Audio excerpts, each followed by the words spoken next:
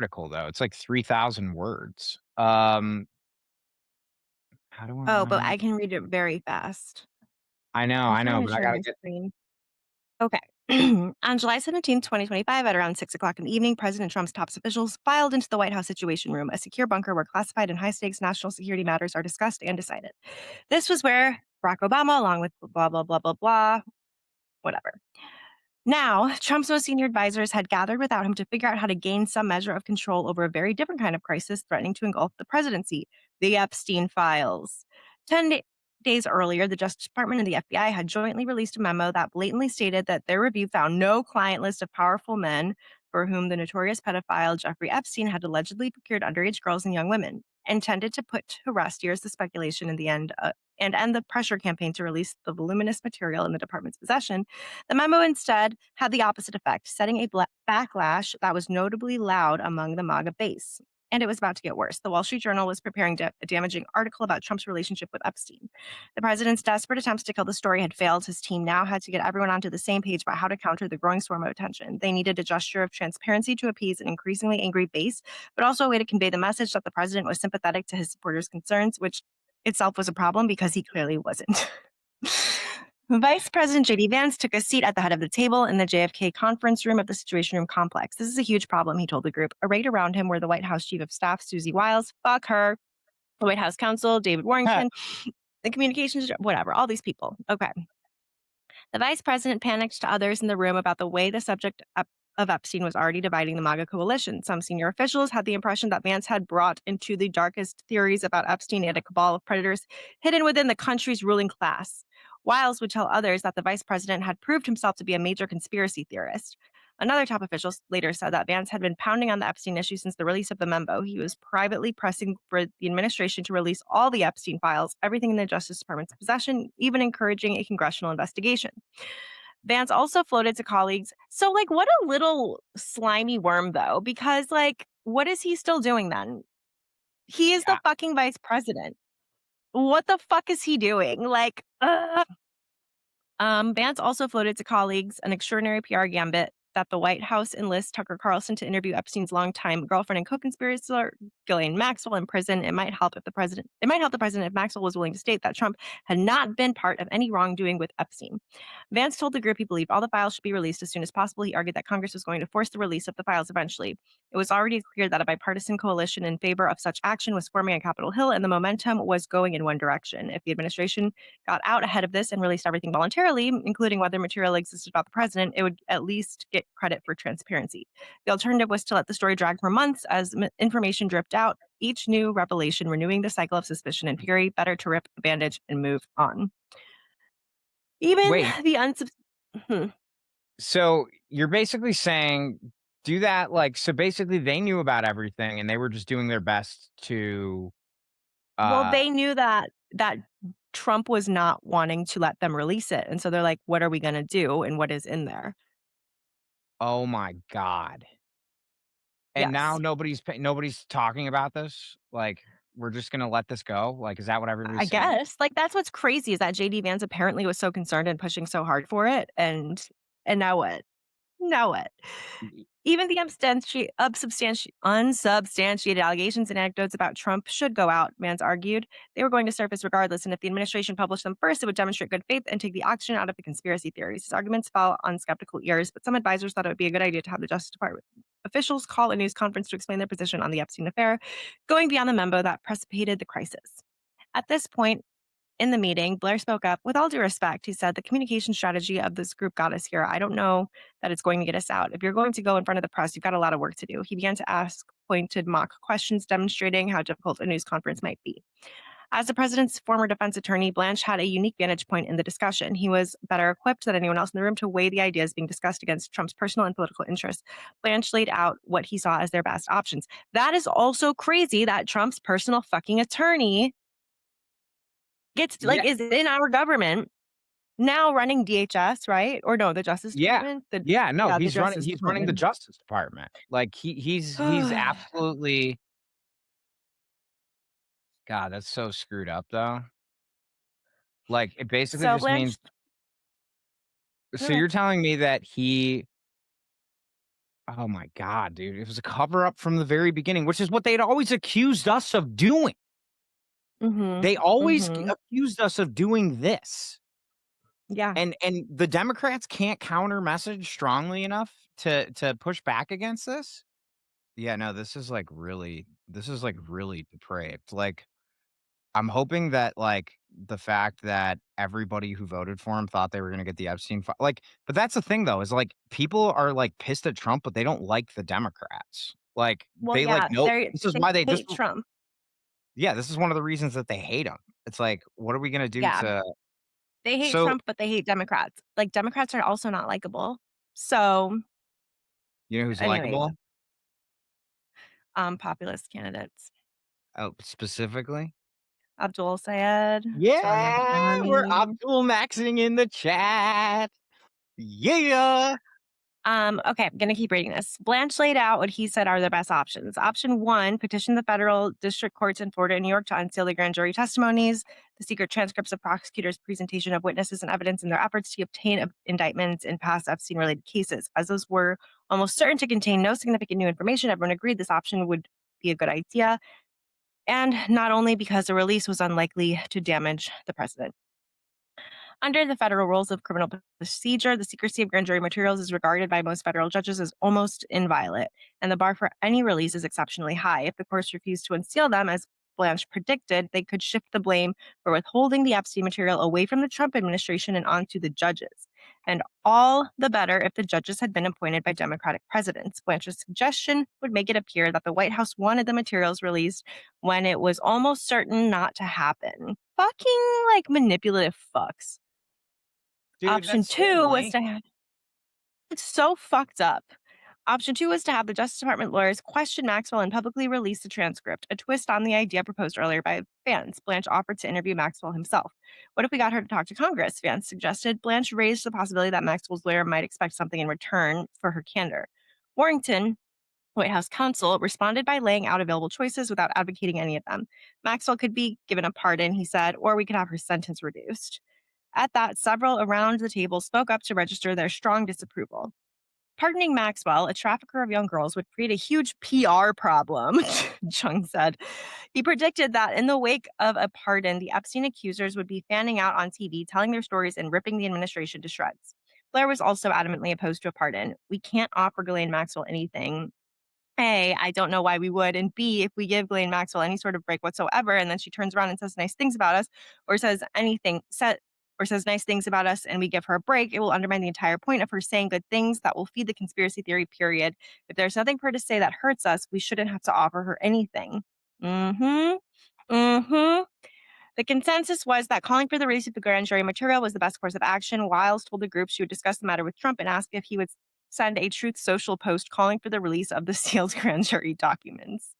Just then, the Wall Street Journal article they had been trying to kill was published online. Cell phones are forbidden in the Situation Room, so a staff member brought in printed copies of the explosive report, which detailed how Trump and many others had created birthday cards and letters to be assembled by Maxwell into a special birthday book for Epstein in 2003. The birthday card attributed to Trump depicted a nude woman, hand drawn and inscribed with an imagined dialogue between two men about a wonderful secret. The drawing was signed with what appeared to be Trump's distinctive jagged Sharpie signature in place of the woman's pubic hair. In the days before publication, Trump, in an effort to quash the story, had called News Corp's chief executive Robert Thompson, News Corp's owner Rupert Murdoch, and the journal's editor in chief, Emma Tucker. Practically shouting, the president told Tucker, who was British, that she must hate America. He told her he would file a lawsuit. But none of this bullying worked. And now, as the group sat quietly reading the full story in the Situation Room, Wiles readied a public denial for the president, which he soon posted on social media. Shortly after this, the president posted again. He was going along with the plan his advisors had hashed out in the Situation Room, though it was clear he didn't like having to do it. Based on the ridiculous amount of publicity given to Jeffrey Epstein, I have asked Attorney General Pam Bondi to produce any and all pertinent grand jury testimony subject to court approval. This scam, perpetuated by the Democrats, should end right now. In response to a request for comment, the White House spokesperson, Abigail Jackson, repeated Trump's claims that he was innocent in all Epstein related matters, adding that by releasing thousands of pages of documents, cooperating with the House Oversight Committee's subpoena requests, signing the Epstein Files Transparency Act, and calling for more investigations into Epstein's Democrat friends, President Trump has done more for Epstein's victims than anyone before him. At the start of Dude, last summer, dude, Dude, this is literally every every accusation is a accusation is a confession. confession. This is Mhm, ridiculous. mhm. Insane. Unbelievable. At the start of last summer, as far as outside observers could see, Trump appeared to be at the pinnacle of his power. He had just bombed nuclear sites in Iran, completed a blitz of executive orders to reshape the immigration system, and rammed through Congress his signature piece of domestic legislation, the Big Beautiful Bill. He was using the levers of the government to go after his enemies, and out of fear and desperation, America's corporate titans were falling over themselves to genuflect. I don't know that word. But behind the scenes, Genuflect the means Epstein it's like crisis. what you do in Catholic church before you walk into before you walk down the aisle in Catholic church, you have to, like, take a knee and touch the floor and then Okay. so it's like means Okay. that you're being a little bitch. Okay. Cool. Cool. Cool. But behind the scenes, the Epstein crisis was paralyzing the Trump administration to a far greater extent than the public knew. In their public statements, Trump's advisors were full of bravado, dismissing the crisis. In reality, it was consuming the highest ranks of the administration, as no issue had for the president's team since the Russia investigation in his first term. His aides were determined to keep their rising sense of panic out of public view. The Justice Department had struggled with how to dispose of the Epstein matter since the beginning of Trump's second term. The issue was all consuming for the president's political base, but also potentially compromising for the president himself in ways that officials in the new administration didn't fully understand. Any path forward would be fraught. Wait, Why couldn't so they all just come together and be like, let's end this bitch? Like, this is ridiculous. Like, they're so spineless little bitches. Such you spineless are little bitches. you were not kidding. You were, like, the fastest reader I've ever heard in my life, which is Oh, yeah, good I'm a re super fast reader. it Imagine if I really don't was have to like I speak. was I'm like, just "How like, is he retaining any of this?" It's so I read fast. Like, if you hand a comic to me, I'm usually, like, the first person to laugh. mhm. I'm a So super speed reader. yeah, no, that was good. So before we go any further, just, like, Mhm. basically, he give us a summary of Okay. what we just read, because I picked up on it. I think I know what the implications are, but I'm also kind of like, this is like the first time I've seen you read out loud, and I'm like, this is like you would be like a fifth grade class's nightmare, because then everybody after you would be like, "Oh god, I'm not as fast as her." Uh, really and it's impressive. Thanks, thanks, thanks. One of my many talents. Okay, so basically, all of these people who are at the top of the administration are meeting in the Situation Room, which is where you go to like capture Osama bin Laden. Okay. They're in there talking about the fucking Epstein files and what to do about it. They're like, this is really fracturing our base. And, they need their base to believe them in order to stay in power. So they're coming up with ideas of like, what can we do to like move around the system? So one idea that was thrown out was, well, we can demand that the files from the grand jury in New York and Florida are released, and a judge is not going to release them. So we can make it look like we want them to be released and then blame it on the judge, which would be even better if the judge was appointed by a Democrat. Oh, so But they basically knew that the grand jury was going to not take the case, and so if they put it they venue shopped for no, a like the materials from like the first grand jury indictments, like the materials from oh, those I see. cases, I see. like releasing them. So they knew that those weren't gonna get released, and so So then then they could be like, look, we tried. oh god, dude, And then yeah, that's some yeah, despicable shit, and then they it's blamed it really despicable. these people are, like, the worst of the worst. I'm just afraid that, like, somebody like, ugh, god, dude, that's so horrible, and then Virginia Giuffre, like, is, like, Mhm, dedicating her life to getting these things released, and she never lives to see it, like, mhm. I ugh, know. poor It's really thing. horrible. I That's know. awful. Alright, let's take it home. Sorry to interrupt you. Okay. Oh, no, we're You're good. goated. Okay. Some of the complexity was self inflicted. In the engine room of the MAGA movement, the Epstein files were a potent fuel. Elon Musk had used his social media platform to repeatedly question why client lists had not been released. Donald Trump Jr. and JD Vance had invoked the Epstein files as a broader campaign message to argue that powerful people were hiding the truth from Americans. Tucker Carlson and the young conservative leader Charlie Kirk had each insisted that the government should release the documents, and each floated the idea that there was an expansive cover up in progress. Trump himself had been cagey. On the Lex Friedman podcast in September 2024, when asked about releasing the client list, Trump responded, I'd certainly like to take a look at it, adding, I'd have no problem with it. The list probably will be made public. But he but he sounded less than enthusiastic. In private, Trump later told Representative Marjorie Taylor Greene that a release of the Epstein material could hurt some of his friends. He repeatedly insisted that he did nothing wrong and that the whole saga was fake news designed to harm him politically. His So then caution was he overtaken by so Charlie Kirk wanted him to release it, and then Elon Musk said he was in it, like, a year ago. It was in, like, June of last year when they when were they were having fighting. Yeah. when the Little girls were bitches. fighting, he basically said that, Trump basically said or Elon Musk basically said, "Donald Trump is in the Epstein files, and I'm gonna prove it to you." Um, Mhm. and so, basically, as soon as he said that, then that was kind of like everybody was like, "Uh-oh." But it turns out he just, Mhm. like it turns out they were already actively in the process of covering it up, Mhm. I'm pretty right? sure Elon Musk is in it a bit Elon Musk is in the files a little bit too. Well, he got Um, invited to he wanted to go to an Epstein party, but Epstein he was like, wanted "I don't to wanna." go. Imagine, like, Yes, that's being the right. richest man in the world, asking to be invited to a party of a man who collects and, like, blackmails rich people, and him being like, "No, I hate that guy too much." Like, his entire job Yeah. was to blackmail people, and some people say that he was doing it for Mossad. Do you think that that's the case, Meg? Do you think Epstein I was, think I think, I think it's, like, I think yes, to a degree. I think that also the thing about the Epstein situation is people make it into this, like, occult thing, which maybe they had weird rituals and stuff, but if you really think about it, slavery in America never ended. Slavery around the world never ended. Rich people just kept finding ways around the system to keep abusing their power and exploiting people.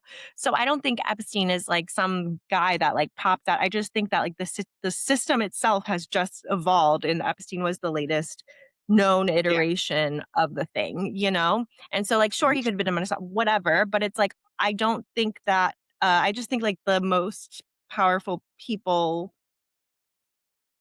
they are were just gonna always do that because ruthless, they've been doing it regardless, throughout history. They were just gonna do forever, it yeah. regardless, and they're always gonna find a way, like, until we stop. And if we think of, like, I think it's really important to see Israel as an extension of the American empire. I don't like when people are like, "Israel is controlling us," because that doesn't make sense. They don't have anything without us. They're there because we want them to be there, because we've been funding them to be there, and so if he's a Mossad agent, but Israel is an extension of the US government, like, we have to start thinking of things more broadly, you know what I mean? Yeah, yeah, yeah. We have to, like the problem is that if you don't like, I agree with you 100%. Like, we have to think of things broadly, and we have to tell stories that are specific enough for people Mhm, to like, the reason why the because there's Epstein. such a communication vacuum, like, Yeah, that's why exactly. anti-Semitism is on the rise because Democrats aren't fucking saying anything to so that people can understand nuance, and now we do see people who are like, "The Jews are controlling everything," and it's like, No. literally, no, No, that's not it no. at all. Yeah, It's the exactly. ruling class always, and the ruling class is using Jews as a scapegoat, and the Yes. United States is using Israel as a proxy to have a military, in the whatever. Okay, you get it. Alright, I'm gonna keep reading. No, no, no, but the audience doesn't get it. Like, you have to keep you that I like this, because I was talking to somebody who was talking about how we were talking about this. Actually, you know them. They're a lobbyist, and, they were saying that, the reason, like, the Rothschilds let what happened in Germany happen with the anti-Semitism thing is because it took the heat off of them as billionaires. Like, the oligarchs Mhm, like mhm, populist racism because it means that mhm. they don't get blamed for what they're actually doing, which They're are always looking for a scapegoat. They will yeah, always look for a exactly. And scapegoat. Mhm, like, the what you just said, I think is, like, the whole game. It's like, you have to continue to beat people over the head with the idea that, no, like, this is not, like, some grand conspiracy. Like, the Tsar did the same thing. The Protocols of the Elders of Zion is one of the most, like, anti-Semitic, racist things ever published, and it was created. Have you heard this story? mm-mm, The Protocols of the Elders of Zion is something that, like, every neo-Nazi in America, like, sleeps with in their bed, but it's a document that was supposedly created by, like, rabbis, like, in their, like, plot to take over the world. It's, like, the most horrible shit in the world. Jesus It's Christ. it's like the origin of, like, modern disseminated anti-Semitic conspiracy theories, but it was created by basically the Czar of Russia's Mossad. Like, he basically said, like, "I need to Mhm, get the heat off of our family because we know that there's gonna be a revolution." And so he's like mhm. he had the Okhrana. She's really fast, but you can understand all of it. I know, isn't that crazy, Chicago Bish? Um, so basically they created this anti-Semitic conspiracy theory in order to make the czar, like, take the heat off of the czar, and it's Mhm, since perpetuated, like, Nick Fuentes has referenced it, like, and mhm, that's, like, why there were pogroms in the, early, uh, 20th century in, like, Russia and Eastern Europe is because the czar was afraid of a revolution, and, like, so, like, yeah, like, people are always like they always do the most base thing unless you tell them what's actually happening, and the Democratic mhm. Party has not been doing that because they think yeah, they're anyways, keep going, Meg. You're cooking. We're cooking. This is a good, Cooking. are you having Okay. fun? Hell yeah. Good. Okay. But his posture was overtaken by the growing frenzy among his supporters. Throughout 2024, Green had made it her mission to force the release of the files, and there were so many others. The far right influencer Laura Loomer, the conservative activist Scott Pressler, Chaya Raichik from Libs of TikTok. But when it came to to propagating the Epstein files as evidence of a deep state ball capable of evil, two podcasters could not be outdone: Kash Patel and Dan Bongino. Patel, a National Security Council director for counterterrorism and Defense Department chief of staff in the first Trump administration, had repeatedly claimed in his podcast interviews that the government was hiding Epstein's black book or client list. He frequently asserted that the FBI was deliberately withholding names to protect the powerful. Patel promised that a second Trump administration would release everything to restore public trust. On the Dan Bongino show, his Damascus secret I don't The what only is thing this that name? slows Meg down is Dan Bongino's name. Dan Bongino, that's how you say it? Okay. Yeah, you Bongino's got it, homie. background as a Secret Service agent had lent authority to his claims of a cover up. What the hell are they hiding with Jeffrey Epstein? He'd asked his large audience of MAGA devotees. The release of the client list would rock the political world, he predicted. The Washington swamp was not telling you the truth. And so, as they took office in 2025, Trump's advisors were subject to intense pressures of their own making. Attorney General Pam Bondi quickly made things much worse. First, in a Fox News interview on February 21st, she appeared to confirm the existence of an Epstein Wait, can I client do list, the something that impression? The files are on my desk. The files are on my desk. All I gotta do is release the files. I gotta release the files and go back to day drinking at the DOJ, and President Trump is gonna give me and my brother a new trailer in Sarasota Springs. Sorry, keep going. that was great. Yeah, that's how she sounds. Asked whether the Justice Department might release the names, she responded, "It's sitting on my desk right now to review." But many viewed what came 6 days later as an even more egregious misstep.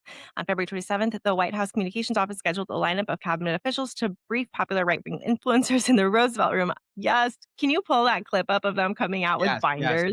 yes, yes, yes. Wait, here, The I'm gonna session Okay, I'm gonna keep reading while you do that. yeah, yeah, yeah, yeah. The session began with Vice President Vance, followed by Secretary of State Marco Rubio, walking the influencers through the administration's agenda in attendance of a who's who of online MAGA, people's names, whatever. The president himself brought them to the Oval Office and gave them custom designed challenge coins as a token of appreciation. Before everything went wrong, one of them would remark, "It was the best day of my life." Speaking of coins, okay, while you're pulling that up, I'm gonna go get something. BRB. Okay. Wait, where's the Libs of TikTok clip? White House. We're live on Twitch. We got banned from TikTok live earlier because I don't think the Ellisons like us very much. But let's see here. Where is it? Son of a gun. Um, I can't hear you. Okay. Okay. Okay. So my mom gave me like a bookshelf hutch. I don't know what the fuck it is.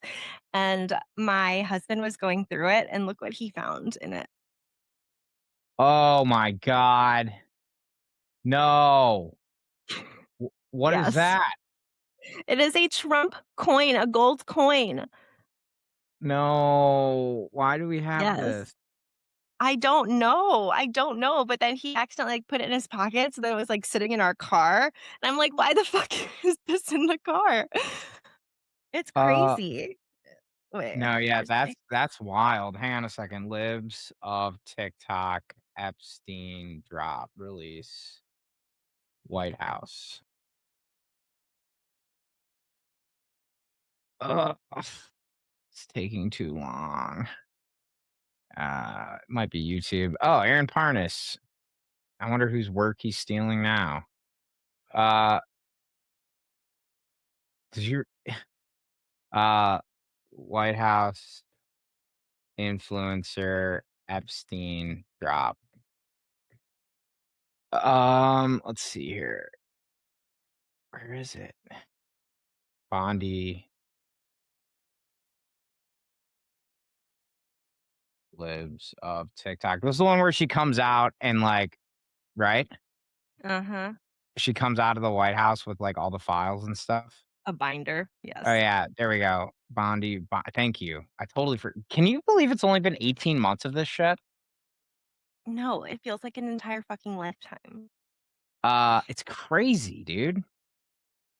It's crazy. Like there's so It much is shit that has crazy. happened.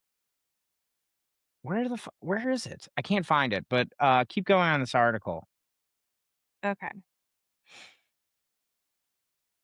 Um, then the attorney general and her team walked into the Roosevelt room carrying boxes. Bondi had brought binders as handouts for the influencers. Her aides would later tell colleagues that the FBI had prepared them with assurance that they contained revelatory details. Someone on her staff said, "Watch this. This is cool. This is going to be epic." But as Bondi's staff started distributing the binders, the blood pressure of the other officials in the room skyrocketed. They had no idea what was in the handouts. The attorney general was distributing something she called the Epstein files that had not been vetted by anyone in the White House. One official opening the binder began flipping through pages to see if Trump's name was mentioned anywhere. A few pages right in the middle of the page, there it was. Harris Farmer, the British Prime Minister, was at the White House that day. If news broke that Epstein files had been released before the president was to meet the press with the Prime Minister, that would be all the journalists would want to talk about, and Trump would be blindsided. Oh my Oh, god. Here, oh, wait, see, here we go. I'm putting there. Here's the pictures from the binder. It was just Mm, basically like everybody had it. Like it was all stuff that was already on the internet. yeah, It's insane to me that they were gonna they she actually thought that that this would work.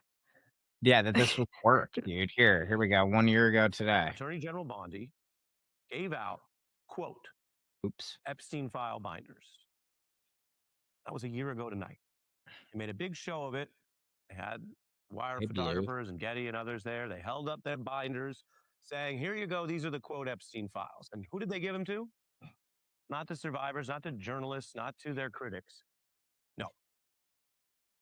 In a sign of what you could only call extreme political disrespect, they gave them to their allied MAGA podcaster and influencers, to people who had been helping them get into office and helping them in a political cause. They lied to their own people with binders that were mislabeled and not. Okay, so see, like, this is my issue with the mainstream media. Like, can you just like take yourself out of the story, dude? Uh-huh. Like, like I actually like this reporter a lot, but like, bro, your your argument is that like this is bad because they didn't give it to reporters. No, like your argument should be this is a cover up. Like Mhm. they are covering it up by giving it to people that are sympathetic to them. Like Mhm. you are making yourself the story, bro. All of the real files. The Department of Justice that suddenly says there is no client list, there's no blackmail operation. Epstein definitively killed himself. You're not getting any more document. Thank you, goodbye, no more questions. My reaction is, what are you talking about? They trotted us out right in front of the press pool, which I didn't appreciate. Once we looked at it, we realized we didn't have Yeah. anything that anybody else didn't already have. Why am I more transparency than the FBI and the DOJ are giving? That is just some of the reaction from MAGA Trump supporters Mhm. to discover that he lied to them, as the Washington Post has done.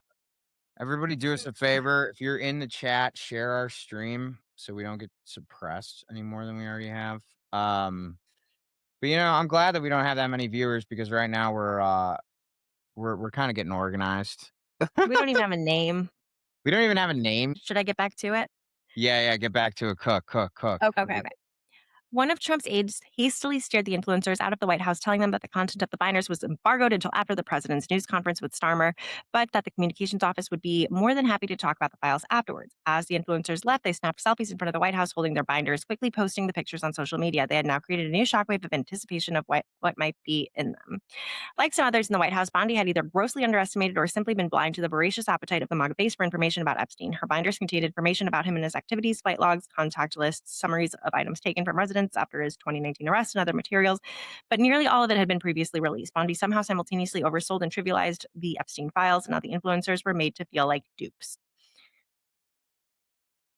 In the Roosevelt Room, Bondi had told the influencers that this was just the first tranche of files. There would be more coming, she assured them, but that story would change too. The Justice Department officials were reviewing the Epstein material, but months would pass before the department or any of Trump's closest advisors knew just how many documents there were.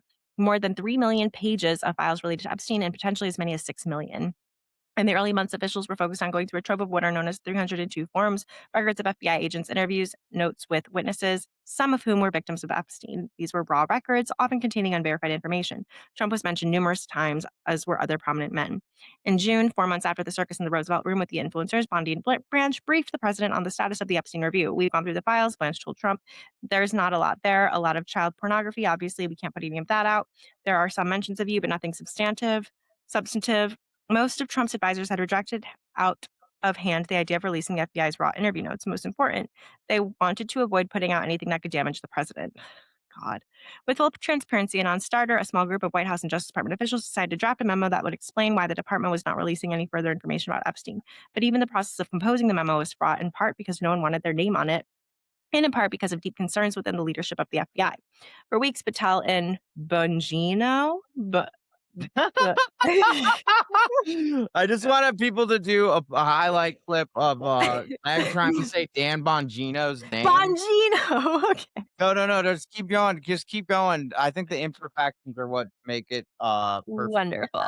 hilarious. The deputy FBI director had grown more infuriated as they realized the scale of the mess for which they were now being blamed. They repeatedly raised alarms internally that the Epstein crisis was gathering momentum with Trump supporters. Whatever, wanted to convey something definitive to the MAGA base, and he and Patel had pushed for the immediate release of the surveillance footage from the federal facility where Epstein was found dead in his cell.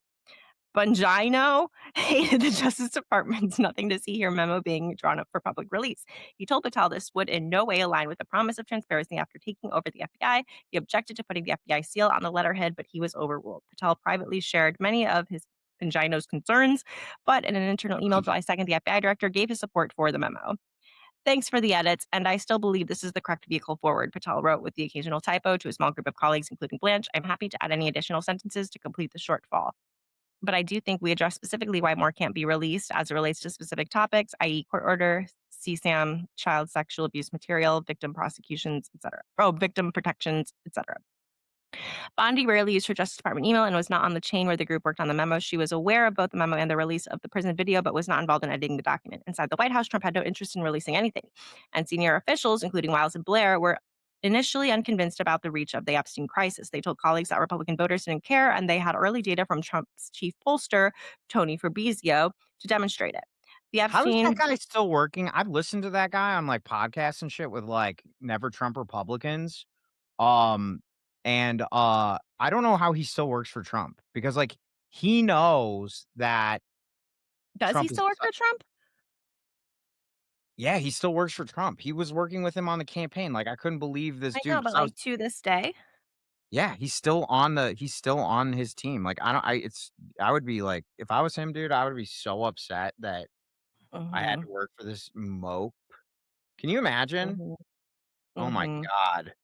Hmm. Dude, Okay. I would be it would be like you having to work for, like, Chuck Schumer. It would be such a, like, waste of talent. Like, I wouldn't do it. That's I know, crazy. that's why I think he's a piece of shit, because he's working for the guy who, like, obviously hates, uh, uh But what's interesting about like this section that we read is like how see, like we always say that the Democrats are super out of touch with their base, but like clearly so is the MAGA world because they really didn't realize how much this would split the base. No, Um, yeah. they had no idea. So that's why like the populist candidates are the ones who are appealing to people because people are just like sick of these games. Anyways, okay. The Epstein brouhaha, in their view, was driven by a fringe conspiracy theorist and amplified by noisy online influencers who didn't represent a meaningful block of voters. If the White House engaged, it would only pump it up, putting an official stamp on the matter. Whilst Blair and others around Trump had seen him weather every storm imaginable for years, and in their view, this wasn't a storm; it was passing clouds at most. Bongino told anyone who would listen that this was a grave miscalculation. It's not an online story, he told one of the White House advisors. You don't understand. On July 7th, the Justice Department and the FBI released a memo. It was brief and unsigned on a 1.5-page statement explaining that after exhaustive search of its databases, hard drives, and network drives, as well as physical searches of squad areas, locked cabinets, desks, closets, and other areas where responsive material may have been stored, and a corresponding review of more than 300 gigabytes of evidence, the department concluded there was no evidence that Epstein maintained a client list. The memo also reaffirmed the official finding that Epstein's death in 2019 had been a suicide. The memo was accompanied by the release of video footage from the federal jail in Manhattan where Epstein died, footage from that officials said supported the conclusion of suicide. And with that, the memo indicated the Trump administration would not be releasing further information regarding the Epstein case, and no further investigation of uncharged third parties was warranted. Less than 5 months after Bondi had referred to a secret client list of high-profile predators, the case was closed, or so it seemed. If the administration expected that the memo would be the last word on the Epstein case, and the president's most ardent supporters would accept the purported conclusions of the Department of Justice simply because the department and its investigative agencies were now controlled by Donald Trump, they were sorely mistaken. The memo was an earthquake, and it was received by a part of the MAGA base as an outright betrayal. It amounted to an abrupt disavowal of the sinister conspiracy theories that some of Trump's closest confidants had hyped up during the Biden presidency, and that they had promised to expose once Trump was returned to power. The release of the surveillance video, which Bongino and Patel had intended as a gesture of transparency, further fueled the fire. The Department of Justice ended up releasing roughly 11 hours of prison video intended to show that nothing nefarious occurred, but footage was missing a minute. A visible Oh my time-stamped jump god. from 11:58:58 to midnight. Bondi initially attributed this to a nightly system reset. The footage was later restored and released to many of Trump's followers. However, this was yet more evidence of a cover-up. The White House officials complained privately that they hadn't been told about the gap before it was released. Social media lit up with blame, not just for Bondi, but for Patel and Bongino too. None of the three ever experienced anger at this volume from Trump's conservative base. It was disorienting, especially for Patel and Gino, whose power and influence had been built online. The movement that had treated them as heroes was suddenly turning on them. The two men were now tightly connected to a memo that stated in black and white that while information in the government's possession showed ample evidence of Epstein's own wrongdoing, there was no evidence of a wider conspiracy. The day the memo was released, Bongino showed up to a daily Justice Department meeting with the FBI staff and the Attorney General. He was in a volcanic mood. As soon as he entered the room, he erupted at Bondi, shouting at her, "You fucked Wait, this did it thing up say from the start." volcanic? Mm-hmm. Oh my Volcanic mood. oh, that's funny. Okay. So Okay. this guy's got the worst temper in human history. My dad worked on uh um oh, Cats on a Couch just got back to me. She said this is the nicest thing anybody's ever done for me. I'm working on this. Look, I'm doing this on JD Vance. Oh, that's so funny. It's good, right? I love it. Yeah, Um I love it. um You fucked this thing up from the start, Bongino yelled. The way you've been talking about this, that dumb fucking charade with the Epstein files, they're on my desk nonsense, all of the promises to folks out there. Patel and China both subsequently told a White House official that Bondi needed to resign. 2 days later, July 9th, two men were summoned to a meeting with Wiles and Bondi in the Situation Room complex. They were the last to enter the small wood panel room. Seated around the table were Bondi, Wiles, Blanche, and Taylor Budowich, one of Wiles' deputies. The moment Bongino sat down, Wiles told him that she had been informed he leaked a sensitive story about Epstein and Trump to ABC News.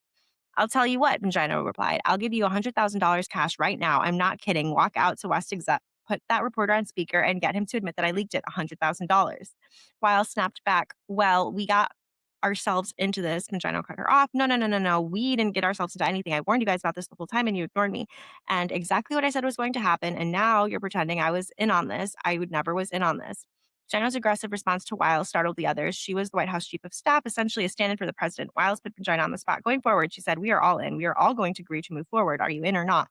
"No, I'm not," Bongino said. "This is not my plan. I'm not a part of this going forward. Forget it. I'm out of here." He stormed out of the Situation Room and onto the West Executive Avenue, where he climbed into the back of Patel's armored SUV and directed the driver to take him to FBI headquarters.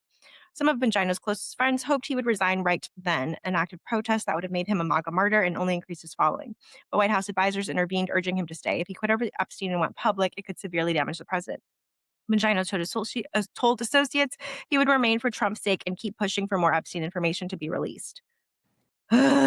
Privately, he seethed. In conversations with confidants, he lamented what the job had cost him millions of dollars in podcast revenue, family time, his audience. He was getting torn apart over a strategy he had opposed from the start. And you stayed, you fucking bitch.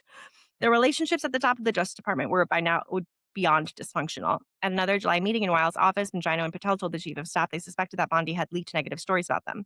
Bondi fucked the whole thing up, Bongino later told a confidant, echoing Loomer's derisive name for the attorney general. She was the one on TV saying over and over they had all this stuff. There was never anything. We were always clear about that. But now everyone thinks we did something wrong and I gave up everything. Vagina complained as he had given up his high rated show and millions of dollars. And now it's all disappeared because people think we screwed something up with Epstein. Bongino paused. This is going to be President Trump Iran Contra. President Trump's Iran Contra. Wait, can we On tell the July. audience what Iran Contra is real quick? So basically, we had this thing in Mhm. the 1980s. The Contras were fighting against the rightfully elected government in I think it was Nicaragua. So basically what we did was we sold stuff to Iran. We sold them weapons in order to give the Contras money. Also another thing we did was the CIA invented crack cocaine to do this. And I'm not Mhm. inventing this. This is something that the journalist Gary Webb discovered.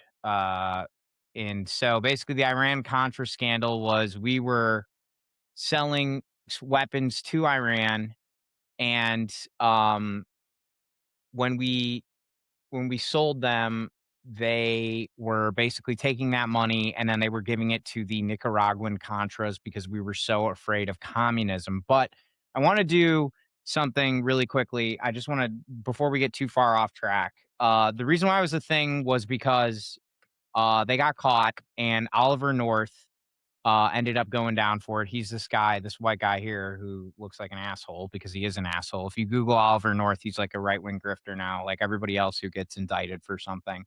But one of the reasons that they kept it quiet, if you remember who Reagan's vice president was, um, is George Bush, who used to be in charge of the CIA. One of the reasons they kept it quiet is because one of the other reasons that the other ways they were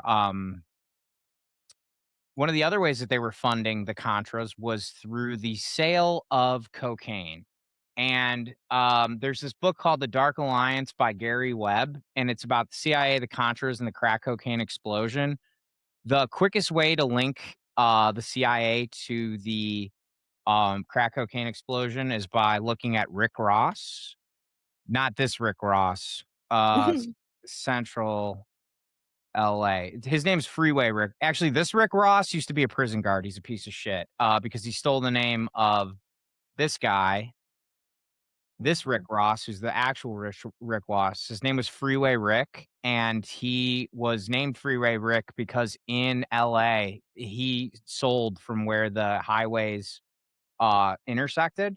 Now, his plug, who taught him how to cook, um, was named Placido Rondon.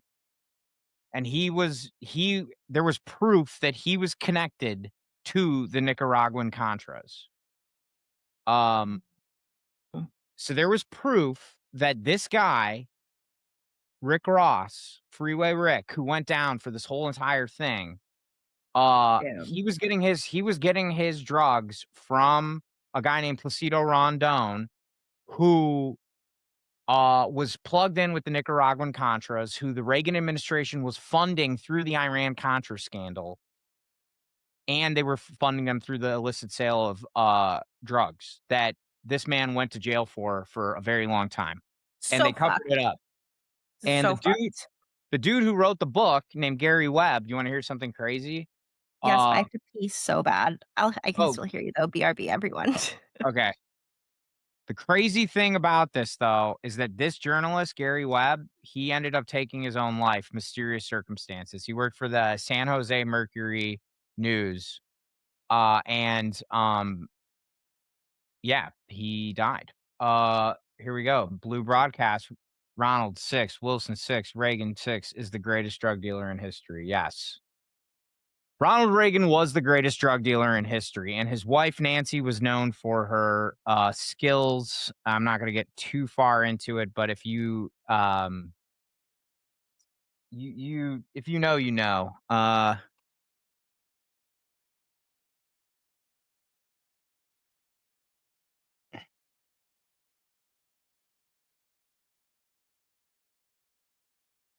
The um Epstein files cover up as Trump's, what did he say? Iran Contra. Uh Um huh. so yeah, there you go. That's what the Iran Contra scandal was. Okay. All right. On July 12th, the president took to Truth Social to defend Bondi against criticism and to urge his boys and gals to stop wasting time and energy on Jeffrey Epstein, somebody that nobody cares about. Trump told aides he was very unhappy with some of his most influential supporters, including Charlie Kirk, Tucker Carlson, and Megyn Kelly, all of whom were publicly arguing the administration to come clean. Kirk had held a Turning Point USA event on the previous day that turned into an Epstein grievance fest, with one speaker after another bashing Bondi over her handling of the situation. Trump had called Kirk and scolded him.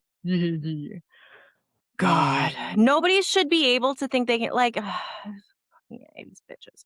Nobody in Trump's orbit had a better feel for the younger part of the MAGA base than Kirk, who saw that the Epstein cover up, as it is now viewed, was capturing attention to an alarming extent. Donald Trump Jr. and JD Vance, both of whom spent considerable time on X and were tapped into the same younger and hyper online portion of the base, were also worried. They urged the White House to change course and to force the Justice Department to release more files.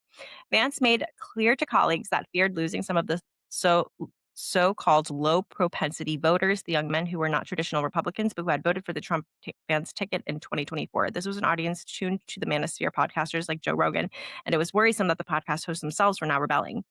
But there was one major obstacle in the path of a solution. The president himself still had no interest in transparency. He wanted the whole Epstein issue buried, and he was snapping at anyone who mentioned it. His staff largely avoided the subject in their conversations with him, forced to worry among themselves. Finally, on July 16th, in an exasperated Truth Social post, he seemingly desperate to make his case in language that might resonate with his base, Trump somewhat nonsensically called Epstein case a hoax by Democrats and then proceeded to heap abuse on members of the party and his base, disavowing their support, calling them past supporters and weaklings who had bought into this bullshit hook, line, and sinker. Dang, that Idiot. sounds like cope to me. Whew. As the president was trying to redirect everyone away from Epstein on social media, members of both parties began to push the other way. Many Democrats embraced the growing Epstein scandal as a top focus in their messaging and as the weapon against Trump. If they were joined by a few renegade Republicans, which added to the political pressure on the president's team. Representatives Thomas Massey, a Republican, and Ro Khanna, a Democrat, filed H.R. 4405, the Epstein Files Transparency Act, in the House. And although they did not yet have the votes for the bill, it would become the next battleground as the president dug in against releasing information. Word reached the White House late July, meanwhile, that a subpoena would soon be coming from the House Oversight Committee led by James Comer, a Republican from Kentucky. It had been pushed by committee Democrats with the help of some Republicans, and it compelled the release of the files the Justice Department had on Epstein. On the day Trump's team learned about the looming subpoena, another Epstein crisis meeting was convened in the Situation Room to discuss pressure coming from Congress. It included most of the same group, Wiles and Vance, Blanche Borington, Patel, Bondi, Blair, Chung, Budovich, and Levitt. Blair told the group that they would try to make sure that they were cooperating fully with the House subpoena, but that the priority was to release the information that demonstrated Trump was not involved in Epstein's crimes. Blanche gave an assessment of the Epstein material he had personally reviewed or been briefed on, including a volume of child pornography. The conversation turned to how these files should be released to the public. The idea, already in the works, was to put all Epstein-related material on a website. That way, they could overwhelm the MAGAsphere with far greater volumes of real information in the form of a huge database. That's literally exactly what they did. Yeah, Like, no, it it's was exactly so they confusing. they covered up all Dumped the it. truth by yeah, they just They made obfuscate. sure it couldn't tell a story. Yeah, exactly. There was no narrative traction because they dumped so much of it at once that everybody was like, "Ah!" Mhm. They literally flooded the zone with shit, and, like, like, I don't know. But have you been on Gmail? Have I? No. What Yeah. is it? Oh, okay, after we get done with this, we're gonna go to Gmail. Okay. Okay. The website had been easy to build, and they were looking at potentially going live within a week. They had already accumulated a mountain of material that Blanche had been scrolling through and included piles of documents for both civil and criminal cases. They planned to release it all. Blanche could then appear on Rogan's podcast to promote the transparency from the White House. But as it turned out, the searchable website would not go live on their timetable. and the version of the site they originally conceived would never be released to the public. By late summer, it was plainly apparent to the president's top aides that the Epstein saga was not the same as the countless other crises they had weathered during their service to Trump. To their great surprise and growing disquiet, Trump's old tricks of deflection and denial weren't working. In late July, as the Trump team had discussed in their crisis meetings, it was Blanche who interviewed Maxwell. Over 2 days, she told him she'd witnessed no troubling behavior by Trump and didn't recall sending him the birthday card in the shape of a nude woman. Soon after, she was quietly moved to a minimum security federal prison camp in Texas, a transfer left unexplained at first, which only deepened the public outrage. Blanche said nearly 5 months later that Maxwell had faced numerous threats against her life. As calls for transparency grew louder, top ranks of the Trump administration spent even more time in the bunker. By now, the Situation Room itself had become inseparable from the crisis, a guarded space where Trump's inner circle worked to steer the president around a scandal that would soon taint or consume careers at their highest level of business, science, and politics. On August 13th, Trump's team met again in the secure complex at 6 p.m. for 2 hours to refine the Epstein defense strategy. Again, the group included Wiles, Bondi, Blanche, Patel, Blair, Budowich, Chung, and Levitt. Vance phoned in from Britain. Like the amount of time and resources fucking spent around protecting a fucking pedophile. It doesn't shock me though, because It's not shocking, but it's like, how are we not revolting? Like, what the literal fuck? that's Okay. where that like I, I don't. That's when I wonder if like they purposely didn't make things so bad simply because they knew they could overload us. Because I mean, they basically successfully have just said like hmm we're like all just so exhausted by the amount of shit that we're all going through at all times. The vice president once again pushed the release of as many Epstein files as possible, and with an eye on public messaging, he proposed that he should be the one to appear on Rogan's influential podcast. Vance had just gotten off the phone with Rogan, and he later told others that Rogan said he wouldn't have Blanche on the show but would take Vance. Vance argued that if he were the one to appear on Rogan's show, then only part of the conversation would be about Epstein. The rest of the interview could be about the president's recently passed legislation and what it would do for working families. The larger conversation before them was how to handle the crisis in public relations risk for the administration. The challenge would be any embarrassing or damaging allegations about the president, even if they were unsubstantiated. If everything was publicly available on the website they had planned, it could include all kinds of potentially humiliating material. Suddenly, one of the officials in the Situation Room raised a question of a disturbing but uncorroborated accusation against Trump that could come to light in unsealed filings from 2015 defamation case brought by Virginia Giuffre against Maxwell, which had been settled 2 years later. The secondhand accusation alleging a specific type of sexual abuse was the perfect example of something that would show up on the public website and then put the spotlight on Trump, whether it was true or not. Giuffre, who had met Epstein when she was a teenage spa attendant at Trump's club Mar-a-Lago in Palm Beach, Florida, became one of the sex offender's most outspoken victims. She stated in late 2016, to her knowledge, Trump had done nothing improper. She died by suicide in April 2025, 3 months after Trump returned to power. The old Giuffre case file included emails sent to a journalist by another Epstein victim, Sarah Ransom, who later sued Epstein and Maxwell. Epstein had also settled that case. Bye, Blue. We love you. Bye, Blue. We love you. Thank you for tuning in. In the emails, Ransom claimed she knew a girl in Epstein's sex trafficking ring named Jen who had sex with Trump. Ransom also claimed that Jen had told her Trump had a predilection for nipples and that he had aggressively flicked and sucked hers. Ransom wrote that she had seen evidence when she shared a bathroom with Jen. They looked incredibly painful. They were red and swollen, and I remember wincing when I looked at them, she wrote. Ransom's credibility was not uncomplicated. She made another claim that she possessed video footage from prominent men having sex with young girls in Epstein's entourage. She later retracted the claim, saying she feared for herself and her family if she proceeded. But after a federal judge ordered the unsealing of some of the Jeffrey case in 2023, the document that connected Trump to the claim about abused nipples was among the material that came out. It was an unconfirmed allegation and had not been made publicly, but the disclosure led to some articles that were quickly lost in the swirl of election year's news. Some of Trump's advisors in the Situation Room had never heard of the nipple claim, those who seemed to have only a passing familiarity with it. Many in the room thought it was all just discredited nonsense, but it might not matter. The ransom emails could get new attention if they were included in a public-facing and searchable Epstein library that carried the branding of the Justice Department. Administration official had already searched for Trump-related materials on a still private test version of the website, and the nipple material was among the first items to show up. None of the credibility issues would come into consideration if a government-endorsed database gave Ransom's claim about Trump a stamp of validity. This is out there, one of the officials told the group in the Situation Room. They're going to make a huge scene of this, even though it's not true and everybody knows it. Blanche argued that in context, the ransom document and Ransom's disavowal of some of her claims would make clear why the allegations related to Trump had never been pursued for prosecution. Besides, these allegations were already available online because of what had been unsealed, so there was no reason to leave them off the Justice Department website. The vice president thought the president would be okay with releasing the nipple-related documents, arguing that Trump had been accused of worse. I think we should put it out, he said. It would cause people to say we're going further than we need to. Wiles quickly responded that the president would not, in fact, be okay with it. It was a point no one wanted to still continue debating. One official would later describe it as a surreal experience to be discussing nipples in the White House Situation Room. No fucking shit. This was, in miniature, the entire problem the White House had with the Epstein files. Piles of accusations were impossible to disprove and equally impossible to make go away. Every door that opened led to another room, and in every room there were more claims for more women. A few weeks later, or for a few weeks, they thought they had found a way out. The subpoena from Comer's committee had specifically requested Justice Department documents, communications with the White House, and material from the Epstein and Maxwell criminal case files, not material from civil litigation such as ransom emails.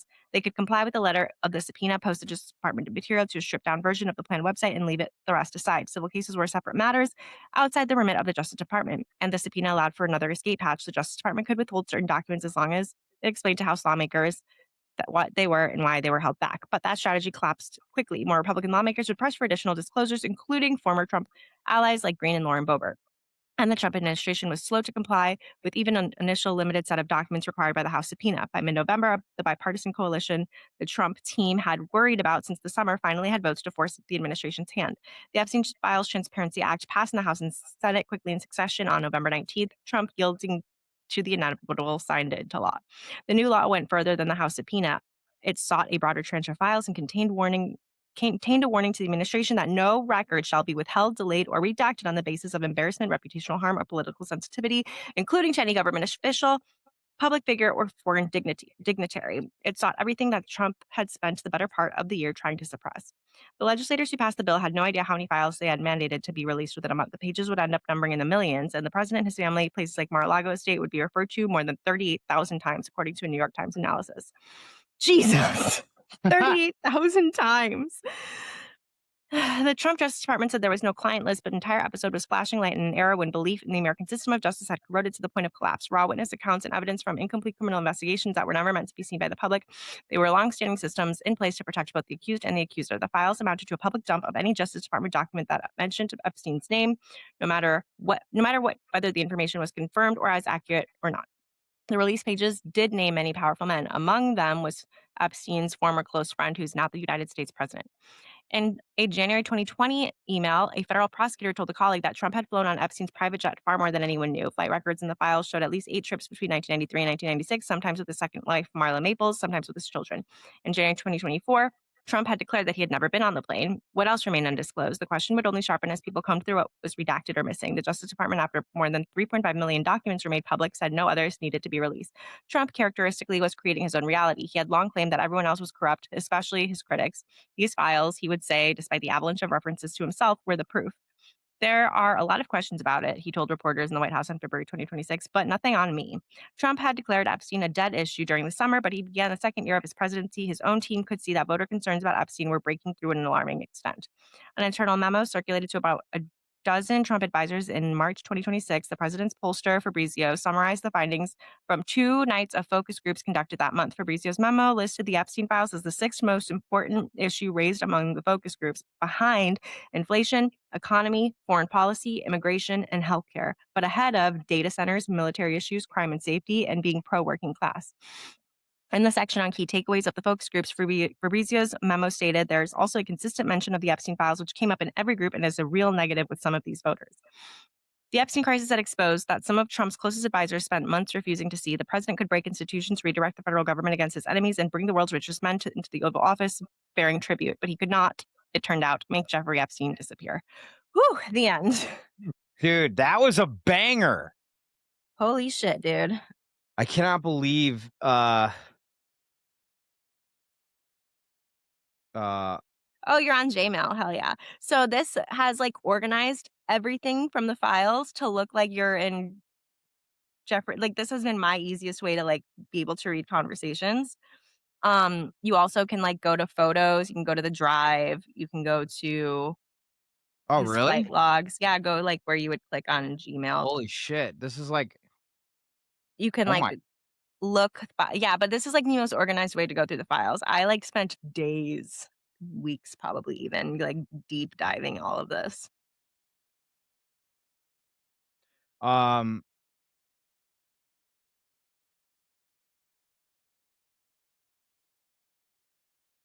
I just came up with a great idea. What? Uh